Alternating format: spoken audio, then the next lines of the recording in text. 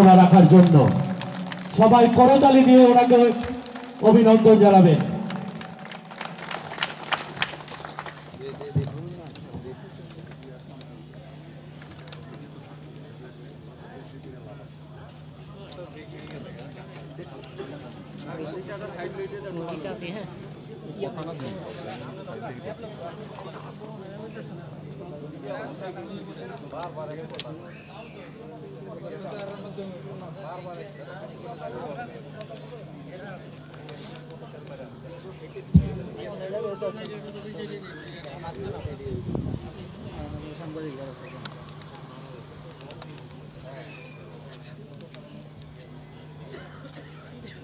সবাইকে নমস্কার। ঐতিহাসিক গেদুমিয়া মসজিদে মাদ্রাসা শিক্ষক সমিতির দ্বারা আয়োজিত আজকের এই মহতী কার্যক্রম রক্তদান শিবির,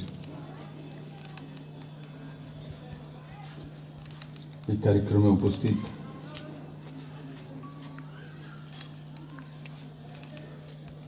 শ্রী বাহারুল ইসলাম মজুমদার, চেয়ারম্যান ত্রিপুরা ওয়াকফ বোর্ড, মোহাম্মদ শাহপরুদ্দিন, প্রেসিডেন্ট মাইনরিটি মোর্চা ত্রিপুরা প্রদেশ,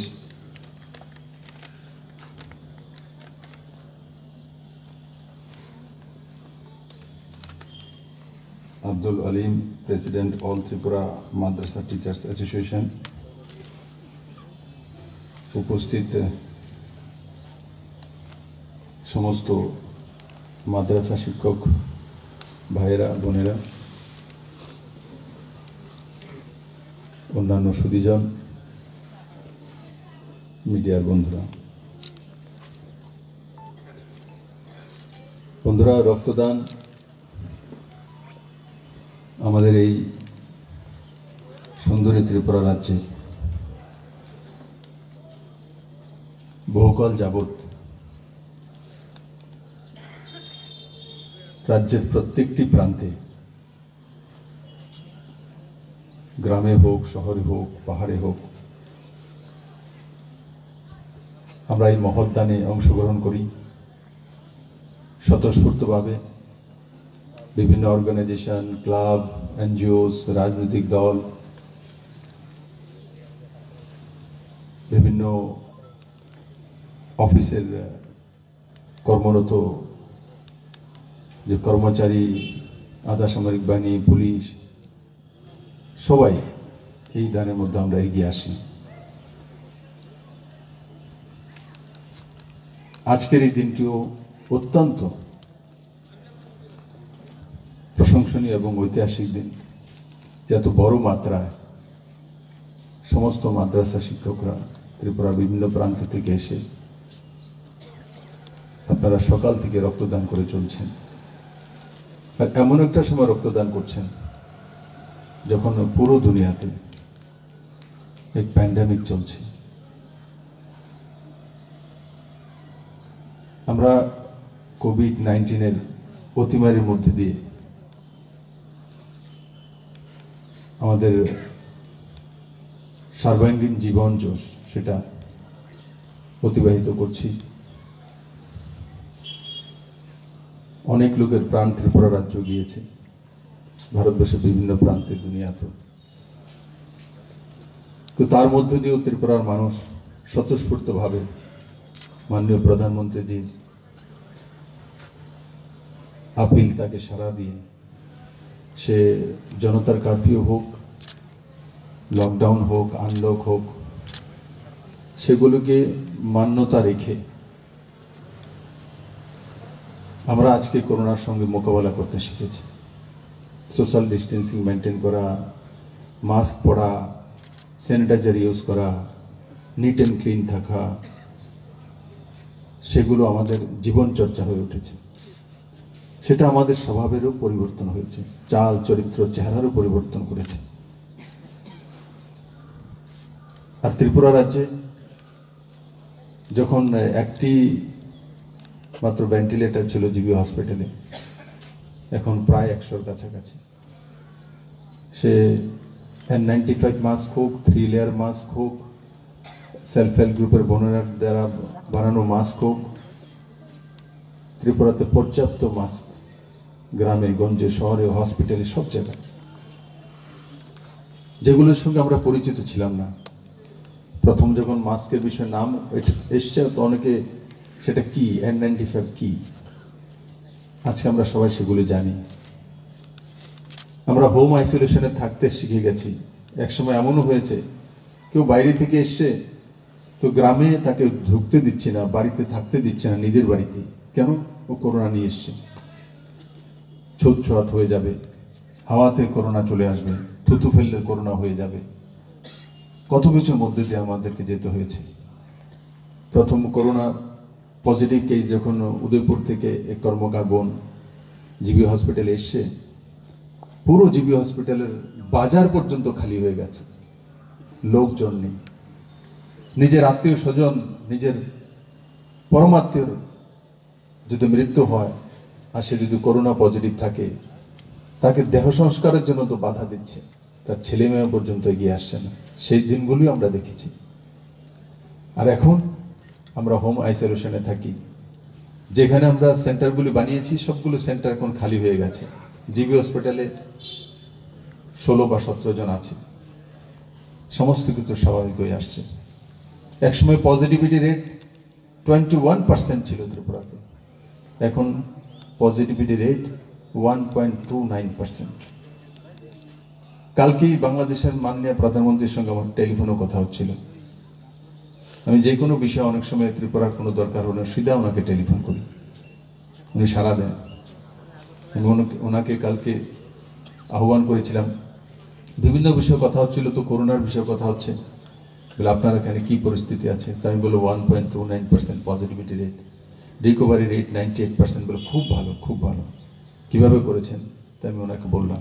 তো উনিও কি কি করেছে সমস্ত কিছু আমাকে বললেন। আমি ওনার সামনে যাই দাবি রাখি উনি মাতৃবত আচরণে সবসময় মেনে নেয়।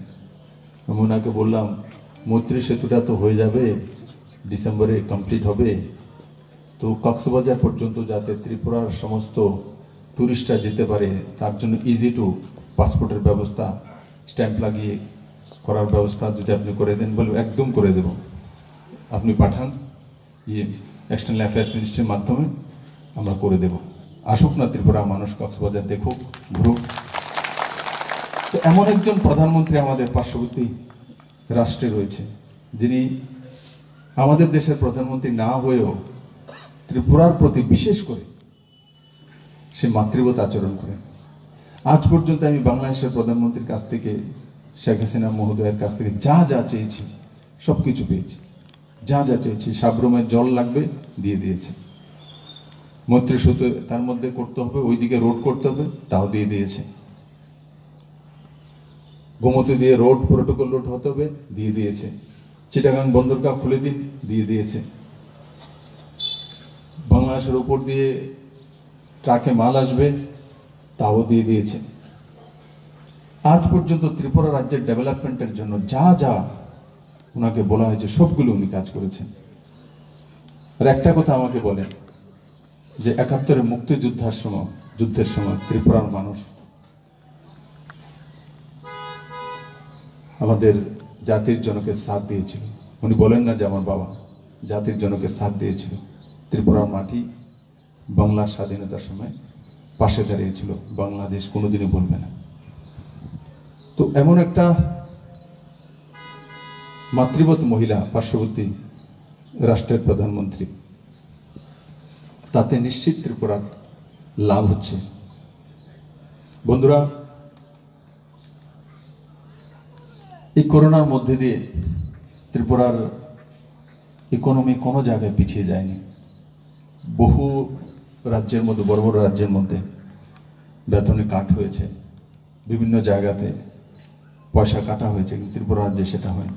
মাননীয় প্রধানমন্ত্রী নরেন্দ্র ভাই মোদীর যে আশীর্বাদ ত্রিপুরাবাসীর সঙ্গে রয়েছে তার কারণে।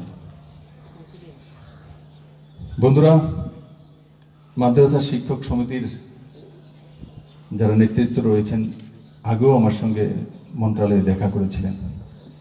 কিছু ওনাদের সমস্যা নিয়ে একটা স্মারকলিপি আমাকে দিয়েছিলেন। আজকেও বলার সময় উনি কিছু বিষয় তুলে ধরেছেন। আমরা রাজ্য সরকারের পক্ষ থেকে সেগুলি নিশ্চিত দেখব। আমার কাছে আপনারা যে আগে দিয়েছিলেন সেটারও মেমোরেন্ডাম আছে, যেটা বাহরুল ইসলাম মহোদয় বলেছিলেন যে যে আমাদের যে ফাইন্যান্সিয়াল ইয়ার পর আমরা বাজেট তৈরি করি, আমরা ওই সময় নিশ্চিত যেই বিষয়গুলো আমরা সমাধান করতে পারি আমাদের আর্থিক সংগতি অনুসারে আমরা চেষ্টা করব পজিটিভিটির সঙ্গে আপনাদের পাশে থাকার জন্য। বন্ধুরা, আমি সমস্ত আমার ত্রিপুরা রাজ্যের, আমি সংখ্যাগুরু বলার পক্ষে থাকি না কোনোদিন। আমরা সবাই ত্রিপুরাবাসী, আমরা সবাই ভারতবাসী, এটাই আমাদের সবচেয়ে বড় পরিচয়। এই শব্দগুলো সংখ্যাগুরু, জাত পাত পন্থ এগুলোকে আলাদা করে দেয় মানুষকে। আজকে এখানে যে রক্তদান করছে তার মধ্যে কোথায় লেখা আছে যে সংখ্যালঘু? কাকে দেবে কে জানে? কোন ব্যক্তি পাবে? কার জীবন বাঁচাবে? কেউ জানে না। সে কোন ধর্মের, সে মহিলা না পুরুষ, সে শিশু না বুজুর্গ, কেউ জানে না। তো আমরা আমাদের সবচেয়ে বড় পরিচয় আমরা ভারতবাসী। আমরা ভারতের মাটিতে জন্মগ্রহণ করেছি। এই মাটি যতদিন পর্যন্ত রয়েছে ততদিন পর্যন্ত আমাদের শ্বাস প্রশ্বাস থাকবে।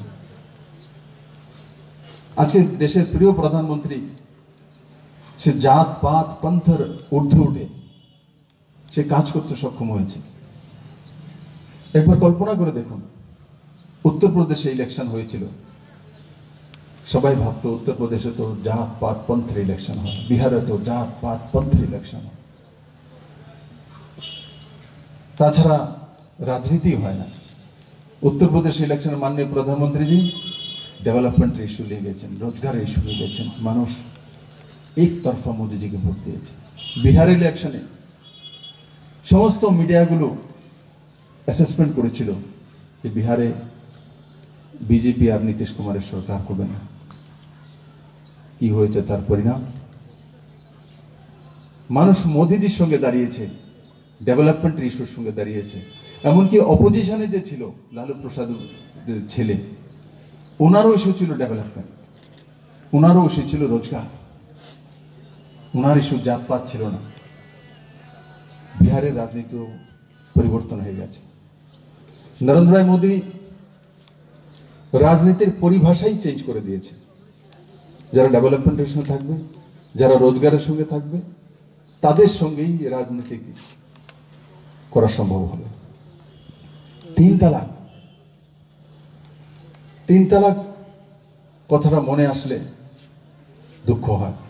আমরা যেখানে এখানে জেন্টস বসে আছি, আমাদের বোন আছে, আমাদেরও পত্নী আছে, আমাদেরও মেয়ে আছে। আমি একটা উদাহরণ পেশ করবো আপনাদের সামনে। আমি দিল্লি থেকে গুয়াহাটি যাচ্ছিলাম, ওই সময় 3 তালাকের বিষয় পার্লামেন্টে আসছে। মোদিজি বলছে 3 তালাক সমাপ্ত করব। তো একজন ব্যক্তি আমার সঙ্গে বসা, বিজনেসম্যান, আমি ওনাকে জিজ্ঞাসা করে নি কে। উনি কিছুটা প্লেনে বসার পর আমাকে জিজ্ঞাসা করছে, প্রথম সঙ্গে থাকলে কথোপকথন হয়, আপনি কি মেম্বার অফ পার্লামেন্ট? আমি বলি না, আমি বিজেপি প্রেসিডেন্ট ত্রিপুরা প্রদেশ। আচ্ছা আচ্ছা স্যার, স্যার মোদি যে একটা ভালো কাজ করছে। আমি কোনটা? বলে 3 তালাকের যে বিষয়টা। আমি কেন? বলে আমার একটা মেয়ে আছে আর আমি কোটিপতি। গুয়াহাটিতে আমার সবচেয়ে প্রথম আমি যে গম চোরানের মিল লাগিয়েছিলাম, হাইয়েস্ট যে আটা এবং ময়দা উৎপাদক আমি। আমার একটাই মেয়ে, উচ্চ শিক্ষিতা, সে লাভ ম্যারেজ করে বিবাহ করেছে, তারপর তাকে তালাক দিয়ে দিয়েছে। আমি মেয়েটাকে আবার বিয়ে দিতে চাইলাম, সে অন্য কাউকে বিয়ে করতে চায় না। আমার কাছে এত টাকা, এত পয়সা, কিন্তু আমার মেয়েকে আর আমি তার কাছে ফেরত পাঠাতে পারলাম না। কোর্ট মামলা কোনো কিছু হলো না। তো তখন চোখের জলে এসে বলছে যদি এটা যদি হয়ে যায় তাহলে অনেক মা বোনরা মুক্তি পেয়ে যাবে।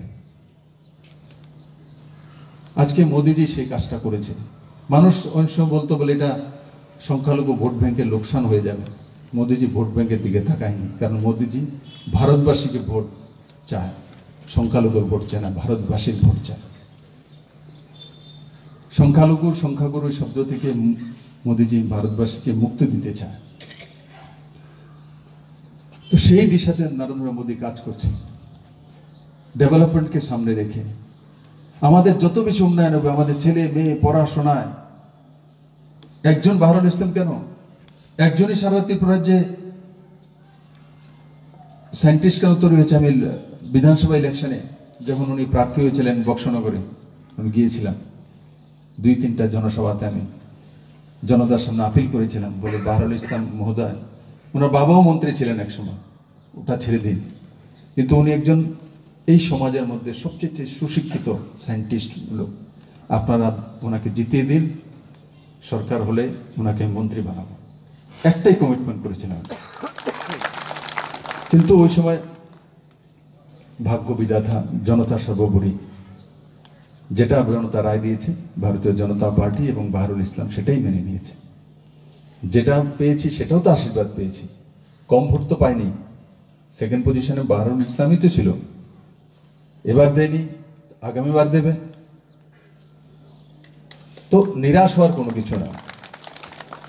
তাই বন্ধুরা, আমি আশা করি ত্রিপুরার সার্বিক উন্নয়নের জন্য, আমাদের সমাজের উন্নয়নের জন্য, আমার সোসাইটির উন্নয়নের জন্য আমরা একে অপরকে সাহায্য করব, আমাদের জীবনমান উন্নয়নের জন্য। এ রাজ্যে 40 বছর যাবৎ ক্রমাগত একটা অন্য ধারায় রাজনীতি ছিল, অন্য ধারায় সরকার ছিল। 2018-তে জনতারা অভূতপূর্ব রায়ে এই সরকার এসছে। কেউ কোনোদিন কল্পনা করতে পারেনি যে 0 থেকে ভারতীয় জনতা পার্টির সরকার তৈরি হয়ে যাবে। এই সব কিছু জনতা তৈরি করেছে, ত্রিপুরার মানুষ তৈরি করেছে। আর তার কারণেই মাননীয় প্রধানমন্ত্রীজি 2019-এর লোকসভা ইলেকশনের আগে যখন উদয়পুরে এসেছিলেন, তখন মঞ্চ থেকে দাঁড়িয়ে বলেছিলেন, বলে পুরো ভারতবর্ষের মানুষের প্রতি আপিল করেছেন, যান ত্রিপুরা দেখে আসুন। ত্রিপুরার মানুষ দূরদর্শী, ত্রিপুরার মানুষ বুদ্ধিমান, ত্রিপুরার মানুষ মেহনতি। কে বলছে? দেশের প্রিয় প্রধানমন্ত্রী। এর চাইতে বড় উপহার এক প্রধানমন্ত্রী আমাদেরকে কি দিতে পারে? আজকে ত্রিপুরাতে কোন একটা জায়গা কোন ব্যক্তি বাঁশের বোতল তৈরি করছে, সেটা মাননীয় প্রধানমন্ত্রী মন কি বাতের মাধ্যমে তুলে ধরেন পুরো দুনিয়ার সামনে। সেই জায়গাতে আজকে ত্রিপুরা রয়েছে। বন্ধুরা, সাউথ এক সময় পিছিয়ে পড়া আনডেভেলপড ডিস্ট্রিক্ট ছিল। আজকে সাবরুমে আইসিজেড স্পেশাল ইকোনমিক জোন, সাবরুমে আইসিপি इंटीग्रेटेड चेक पोस्ट, साबरूमे लॉजिस्टिक हब, साबरूमे रेलवे गुड स्टेशन, साबरूमे मैत्री सेतु, साबरूमे मैत्री सेतु हुए चिटागांग बंदरगाह, पूरा नॉर्थ ईस्टर इकोनॉमी के चेंज कर दिबे त्रिपुरा राज्य। पूरा नॉर्थ ईस्टर, पूरा नॉर्थ ईस्टर समस्त किछु जहाजेर माध्यमे चिटागांग बंदरगाह आसबे। और चिटागांग बंदरगाह থেকে सीधा त्रिपुरा रोड হয়ে आसाम হোক, মিজোরাম হোক, মেঘালয় হোক, মণিপুর হোক, প্রত্যেকটা রাজ্যতে যাবে। কারণ কি এখন আমাদের নর্থ ইস্টের রাজ্যগুলোকে বন্দরগাহ কোনটা ইউজ করতে হয়? হলদিয়া। পশ্চিমবঙ্গে হলদিয়া, হলদিয়া থেকে আমাদের ডিস্টেন্স কত? 1600 কিলোমিটারের উপরে। আর এখান দিয়ে হয়ে গেলে ডিস্টেন্স কত? চিটাগাং বন্দরগাহ থেকে ত্রিপুরার বর্ডারের সাবরুম লজিস্টিক হাব পর্যন্ত, যেখানে রেলওয়ে স্টেশন আছে, মাত্র 67 কিলোমিটার। মানে প্রায় 70 কিলোমিটার, কোথায় 1600 কিলোমিটার, কোথায় 70 কিলোমিটার। এরপর কল্পনা করে দেখুন, যখন এই চিটাগাং বন্দরগাহের মধ্যে দিয়ে সমস্ত কিছু আসবে, তখন প্রত্যেকটা সামগ্রীর দাম কোথায় নেমে আসবে, কোথায় নেমে আসবে। কিন্তু আরেকটা বিষয় বলবো, আমাদের যারা গরিব মানুষ আছে তাদের মূল খাদ্য কি? ডাল ভাত। একবার কল্পনা করেছেন, একবার মনে করুন তো দেখি, এই সরকার আসার 2018-তে এসছে, 18, 19, আজকে 20 চলছে। ডালের দাম 2017-তে বাজারে কত করে হতো? 120 টাকা, 130 টাকা। এখন কত করে ডাল খান বলুন তো দেখি? কত টাকা কিলো ডাল? মসুর ডাল বাজারে কত? 80 টাকা। 17, 16, কল্পনা করো, 80 টাকা ছিল, 120 টাকা, 130 টাকা। গরিবের খাওয়া কি? ডাল ভাত। ডালের দাম কমেছে, কন্টিনিউয়াস 80, 85 তার আশপাশে থাকছে। কেউ একবার কল্পনা করে নিজে সরকার কোথায় কাজ করছে? স্টেবিলিটি নিয়ে এসছে।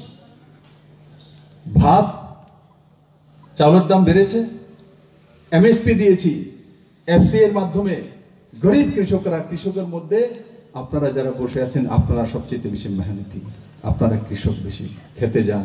আপনারা টের পেয়েছেন যে এমএসপি আসার পর 18 টাকা 15 পয়সা যখন রেট হয়েছে, হয়তো আমি 10,000 কিলোই কিনেছি, কিন্তু বাজারটা উঠে গেছে। এখন কোন কৃষক 17 টাকার নিচে ধান বিক্রি করে না কিলো। ত্রিপুরাতে আগে ধান কত বিক্রি হতো? 10 টাকা, 11 টাকা, 12 টাকা। তারপরও ধান বিক্রি করে যার কাছে বিক্রি করেছেন তার কাছে হাত জোড়তে হতো, বলে আমার ছেলের পরীক্ষার ফিটা দুটো তাড়াতাড়ি দিয়ে দেন। 3 বারে 4 বারে দিতেন, বাকিতে দিতে হতো। এখন কোন কৃষক বাকিতে ধান বিক্রি করে না, কে জানে যে না সরকার কিনে নেবে 18 টাকা 15 পয়সা করে। তো মাঝখানে যারা ব্রোকার আছে তারা গিয়ে অ্যাডভান্স বাড়িতে বুক করে এই ধানগুলো আমাকে দিয়ে দিবেন আমার মিলের জন্য, অ্যাডভান্স বুক করে। এই কাজ গরিবের জন্য হয়েছে। আজকে ত্রিপুরাতে চালের দাম স্টেবল, ডালের দাম স্টেবল, মানে গরিব যেটা খায় সেটা স্টেবল। আমি মাঝে মাঝে দেখি পত্রপত্রিকা উঠে, মাংসের দাম বেড়ে গেছে, পনিরের দাম বেড়ে গেছে, মাখনের দাম বেড়ে গেছে। ইকোনমি সেটা বলে, মাংসের দাম যদি বাড়ে তাহলে বোঝা যায় মানুষের কাছে টাকা আছে। আর যদি ডালের দাম বাড়ে তো বোঝা যাবে গরিবের জন্য মুশকিল আসছে। চালের দাম যদি বাড়ে তো বুঝতে হবে গরিবের জন্য মুশকিল আসছে। সরকারের মূল কর্তব্য হচ্ছে চাউল ডাল যে মূল খাদ্য সেটা যাতে দাম না বাড়ে, সেটা স্টেবল থাকবে, সেটা হচ্ছে গরিবের সরকার। এই সরকার সেই দিশাতে কাজ করে, এই সরকার সেই দিশাতে কাজ করে।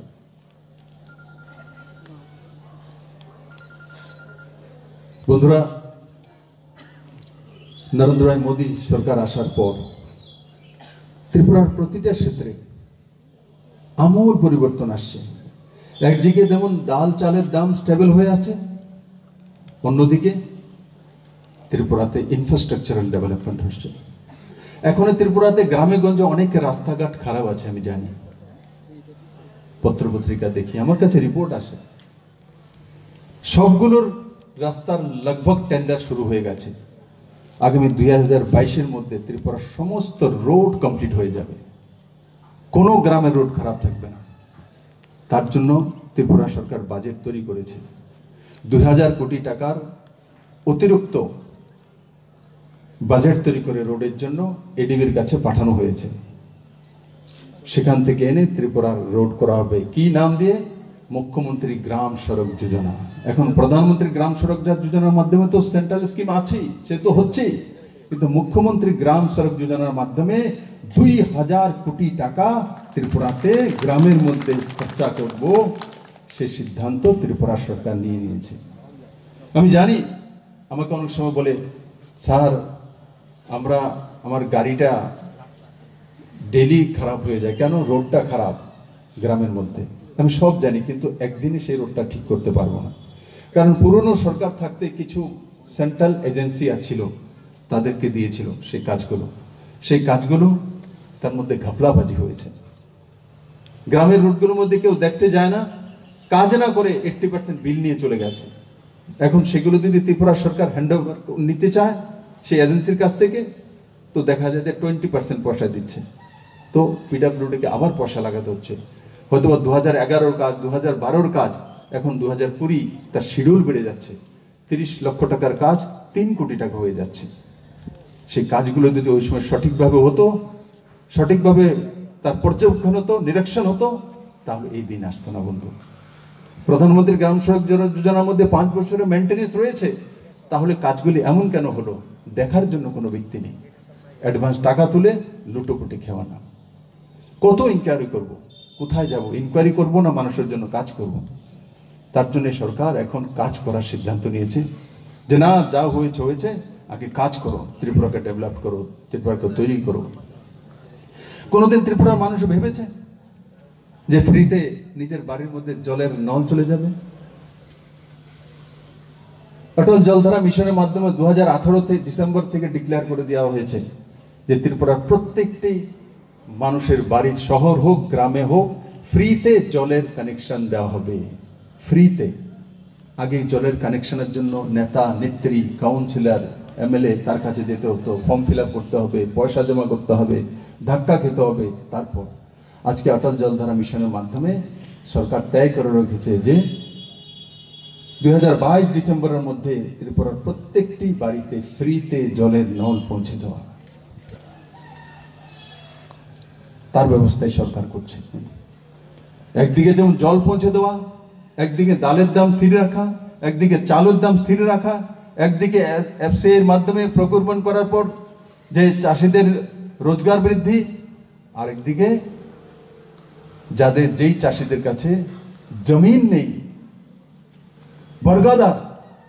বর্গাদারের মধ্যে আপনাদের সমাজ থেকে যারা আসে তাদের মধ্যে বর্গাদার বেশি। আমি ত্রিপুরাতে ঘুরি, আমাদেরও জায়েজ জমি আছিল। আমার আজও খেয়াল আছে, রমজান মিয়া নামে যে ব্যক্তি, উনি জামজুরিতে আমাদের জমি বর্গাতে করতেন। তো বর্গাদার, তাদের দিকে অনেক স্লোগান হয়েছে, ক্ষেতমজুরের অনেক ইউনিয়ন হয়েছে, কিন্তু এই সরকার আসার পর প্রথম 50,000 বর্গাদারের জন্য লোনের ব্যবস্থা করা, 7% ইন্টারেস্টে কেসিসি লোন। কেসিসি লোন জমিনের কাগজ ছাড়া দেওয়া হতো না ত্রিপুরাতে। কেসিসি লোন যারা কৃষক আছে জানেন যে কেসিসি লোন নিতে হলে জমির পর্চা লাগবে, দলিল লাগবে। আর এখন এই সরকার বলছে পর্চা লাগবে না, জমিনের মালিক লিখে দেবে যে আমার জমিন সে বর্গা করে, লিখে দিলে স্ট্যাম্প পেপারের মধ্যে তাকে কেসিসি লোন দিয়ে দেওয়া হবে। গ্রামীণ ব্যাংক, নাবার্ডের মাধ্যমে আমরা সেটা করতে সক্ষম হয়েছি। মাত্র 7% ইন্টারেস্টে সাবসিডাইজ লোন এই বর্গাদার 50,000 পাবে, এবং সময় মতো যদি সে কিস্তি দেয় তো মাত্র 4% ইন্টারেস্ট লাগবে। সেই দিশাতে সরকার কাজ করেছে। বর্গাদার হোক আর আমির ব্যক্তি হোক, তাদের জন্যই সরকার কাজ করেছে। ত্রিপুরাতে সমস্ত কাজকর্মের সিঙ্গেল উইন্ডোর মাধ্যমে করা হচ্ছে, ডিজিটাইজেশন করা হচ্ছে, যাতে ইজি টু কাজ হয়ে যায়, কারোর কাছে যাওয়ার দরকার নেই। আরওয়ার তৈরির জন্য একবার মনে করুন যে আপনার ফ্যামিলিতে আপনার ছেলেকে বিবাহ করিয়েছেন, রেশন কার্ড আলাদা করবেন, তার জন্য কত কষ্ট করতে হয়। অনেকে আছে যে 3 বছর 4 বছর হয়ে গেছে, নেতার বাড়িতে যাচ্ছে, পঞ্চায়েত সেক্রেটারির কাছে যাচ্ছে, প্রধানের কাছে যাচ্ছে, এমএলএর কাছে যাচ্ছে, মন্ত্রীর কাছে যাচ্ছে, বলে আমার ছেলেটাকে 3 বছর হয়েছে বিবাহ করিয়েছি, তার রেশন কার্ডটা আলাদা করে দিন। কত ধাক্কা খেতে হচ্ছে, পার্টির লাইনে যেতে হচ্ছে। আজকে সরকার সেই দিশাতে কাজ করছে, আপনারা জানলে খুশি হবেন। আরওআর এর জন্য কাউকে যেতে হবে না, সে অনলাইনে করার ব্যবস্থা সরকার শুরু করে দিয়েছে। আপনি একবার গিয়ে ফর্ম ফিল আপ করে দেবেন, অনলাইনে আপনি আপনারা তৈরি হয়ে যাবে, বারবার কোথাও গিয়ে ধাক্কা খেতে হবে না। সেই দিশাতে সরকার কাজ করছে বন্ধুরা। সমস্ত কিছু ডিজিটালাইজেশন করা হচ্ছে, ইপিডিএস সিস্টেম লাগু করা হয়েছে। ইপিডিএস সিস্টেম মানে ওয়ান কার্ড ওয়ান নেশন লাগু করেছে। এই রেশন শপে আপনাকে চাল দিচ্ছে না, বলছে মিটিং এ না গেলে চাল দেব না। আগে সেটা হয়েছে যে পার্টির মিছিলে যাবে না তো তোমার রেশন কার্ডের রেশনে চাল দেব না। এখন যদি এই দোকান থেকে চাল না দেয় তো তো আপনি সুনামরার লোক এসে বিশালগড় থেকে চাউল নিতে পারবেন সেই ব্যবস্থা হয়ে গেছে। শুধু বিশালগড়ের নয়, বিশালগড়ের লোক গিয়ে তামিলনাড়ুতে কোনো গ্রামের থেকেও রেশন শপের দোকান থেকে আপনার রেশন আপনি বুঝে পেতে পারেন, তার ব্যবস্থা এই সরকার করেছে, নরেন্দ্র ভাই মোদী করেছে। ইপিডিএস সিস্টেম যখন লাগু করছি তো বিধানসভায় বিরোধী পার্টির কয়েকজন বরিষ্ঠ সদস্য বলছে, বলে কি করছেন, ইপিডিএস চালু করছেন, গরিব মানুষ কিভাবে পাবে? গরিব মানুষ তো কোরাল দিয়ে কাজ করে, কোদাল দিয়ে কাজ করে, তাদের তো হাতের যে নিশান মিলবে না, তত সে পাবে না। তখন আমি বললাম, আরে ঠিক আছে, হাতের নিশান মিলবে না, তার রেটিনা তো মিলবে, চোখ তো যাবে না কোথাও, চোখের রেটিনা তো হয়ে যাবে। আর তারপরও সেটাও যদি না হয়, তার আধার কার্ড তো আছে, তা দিয়েও তো হয়ে যাবে। মানে ইপিডিএস সিস্টেম না লাগু করার সব ফন্দি ছিল। কারণ কি, ইপিডিএস সিস্টেম যদি লাগু করা হয় তাহলে গরিবকে আর আটকানো যাবে না, গরিবকে বেবকুফ বানানো যাবে না, যে রেশনের চাল দেবো না, রেশনের তেল দেবো না, রেশনের সাবান দেবো না, রেশনের চিনি দেবো না, সেটা করা সম্ভব নয়। সেটা করেই তো 25টা বছর রাজনীতি করেছে। আজকে এই সরকার তার রাজনীতি করে না, চাউল ডালের রাজনীতি নরেন্দ্র ভাই মোদী করে না, না ত্রিপুরা সরকার করে। ত্রিপুরা সরকার যদি কোনো রাজনীতি করে জনতার জন্য, জনতার উন্নয়নের জন্য, ত্রিপুরার ডেভেলপমেন্টের জন্য, আর ত্রিপুরার মানুষের সার্বিক জীবনমান উন্নয়নের জন্য, এই মন্ত্রে এই সরকার কাজ করে। আমি আশা করি আপনারা আজকে যে উদাহরণ প্রস্তুত করেছেন এই প্যান্ডেমিকের মধ্যে, যে এত সুন্দর রক্তদান, এত বড় মাত্রায় এক ঐতিহাসিক রক্তদান ঐতিহাসিক মসজিদে, সেটা ইতিহাস হয়ে থাকবে। আগামী দিনগুলো তো আপনারা এই ধরনের সমাজসেবামূলক কাজ করবেন এবং করে যাচ্ছেন। এবং আমি অত্যন্ত আনন্দিত যে আপনারা আমাকে এখানে প্রধান অতিথি হিসাবে আমন্ত্রণ করেছেন। আমি অত্যন্ত ভাগ্যবান যে এই প্রথমবার আমি এই মসজিদে এসেছি, এই পবিত্র মসজিদে আসার আমার সুযোগ হয়েছে আপনাদের জন্য। সবাইকে অনেক অনেক ধন্যবাদ। জয় হিন্দ।